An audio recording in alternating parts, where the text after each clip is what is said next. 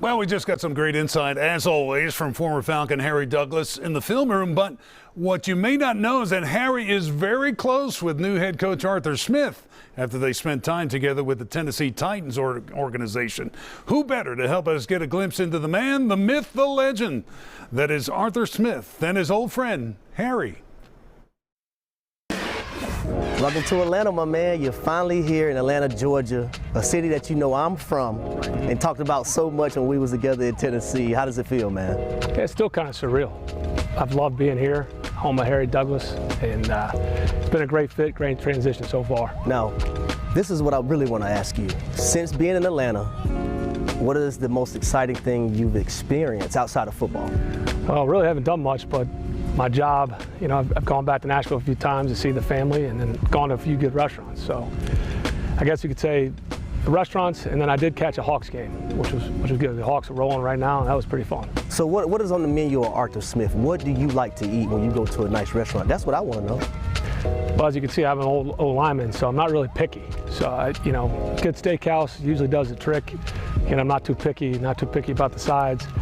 Good wine, good steak, I'm good to go. That's what I'm talking about. See, the old linemen, they always at heart. It don't matter how much weight y'all lose. Y'all never lose your appetite. No. Now, 2021 NFL Draft. This is draft week. It's not only important to the Falcons organization, but it's important for you because it's your first draft as a head coach. How has that process been so far? It's been great. You know, I can't say enough good things about Terry Fontenot and the collaboration we've had with the coaching and scouting staff, which is what we wanted.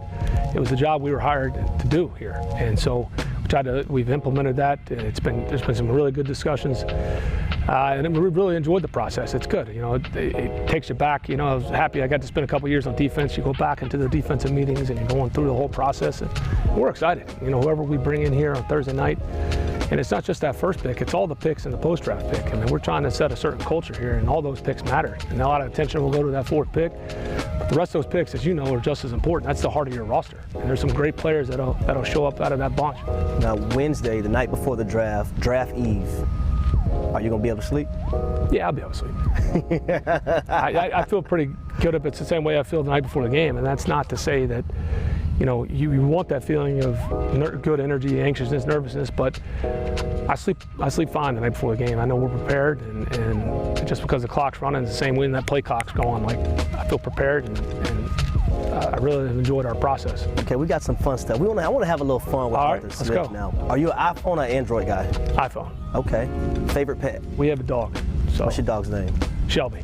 Does Shelby love you more or Allison more? Allison. That was her dog. I inherited that dog through marriage. Toughest part about being a head coach so far? I wouldn't say tough. It's just there's a lot of people pulling on your time throughout the day, and so you've got to really do a good job of managing your time and making sure that you give time for everybody, but to know that you can still be productive, learning when to delegate, when you need to take something on yourself. Last one I have for you, and it would be very rude of me if I didn't even bring this up, but your wife, Allison. A lot of people don't understand what all endures in becoming a head coach, being a head coach, a coaching period, right? Your wife has made the ultimate sacrifice so you can be great for your family, so your family can be great. What would you like to say to her right now?